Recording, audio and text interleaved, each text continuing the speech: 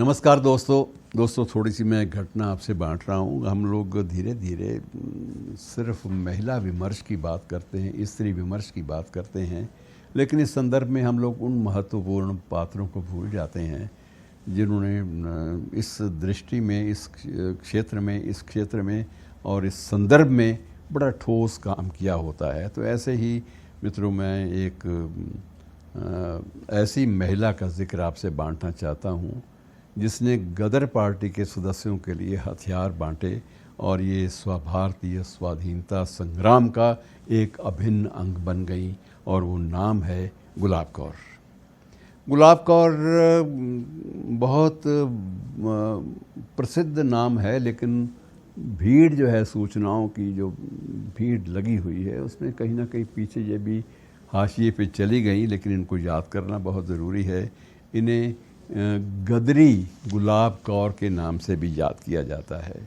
और मित्रों, इनका जन्म जो है वो भी याद कर लें, 1890, बहुत पुरानी बात नहीं है। 1890 में पंजाब का एक संगरूर का क्षेत्र का गांव है बख्शीवाला, उस गांव में इनका एक परिवार जो है, इनका जन्म हुआ था, और बहुत कम उम्र में ही इनकी शादी एक व्यक्ति से कर दी गई। और लेकिन वह व्यक्ति अर्थात इनका पति मान सिंह, वो भी गरीब परिवार से था, और दोनों पति पत्नी जो है वो एक अच्छे सम्मानजनक रोज़गार की तलाश में वो धीरे धीरे जुट गए, संघर्ष करते रहे। लेकिन आखिर उनको ये लगा कि ज़िंदगी यहाँ मुश्किल है, तो दोनों पति पत्नी मनीला चले गए। और मनीला में गुलाब कौर को वस्तुतः एक गदरी महिला के रूप में उनकी पहचान अलग से बन गई, क्योंकि जो गदर पार्टी थी उस वक्त, जो स्वाधीनता संग्राम में जो ब्रिटिश साम्राज्यवाद से लोहा ले रही थी, वो एक संगठन ऐसा था जो पंजाबियों द्वारा ही गठित था।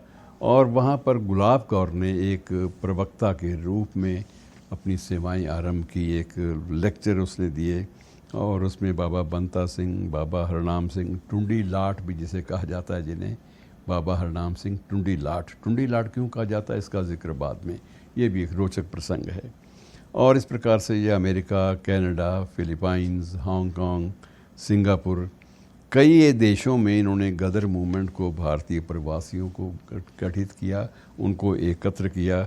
और ऐसे माना जाता है कि एक समय वो भी आया जब फैसला किया पति पत्नी ने कि अब स्वदेश जाकर इस यात्रा को आगे बढ़ाएं, और इसमें जो शेष चीज़ें बची हैं उनको भी आगे ले जाएं।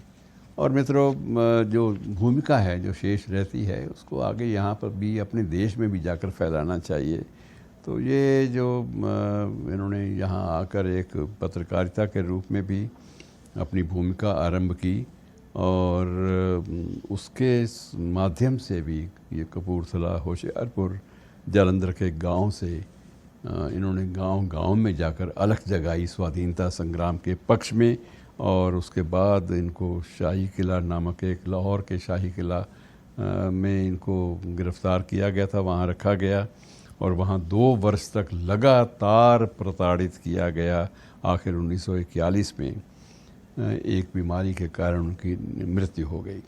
लेकिन इन महिलाओं का योगदान की चर्चा जो है वो बहुत कम होती है। और एक बीच में प्रसंग ये भी आता है कि एक बार पति ने रोका था कि छोड़ो, ये इन चक्रों में क्यों पड़े, हम लोग रोज़गार की तलाश में आए थे, हम लोग उधर ज़्यादा ध्यान दें।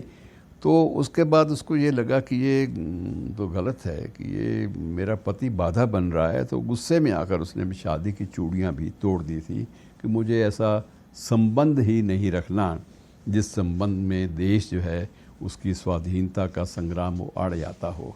तो ये बहुत अजीब स्थिति में, अजीब संघर्ष में इसकी ज़िंदगी बीती, और इसने जो भूमिका निभाई मित्रों, उसका जिक्र बार बार किया जाना इसलिए ज़रूरी है कि महिला विमर्श के नाम पर सिर्फ बौद्धिक चर्चाएं, इंटेलेक्चुअल जो इंटरेक्शन है वो काफ़ी नहीं होता, बल्कि इसके अलावा बहुत सारी सक्रिय भूमिकाएं भी निभानी होती हैं। शुक्रिया।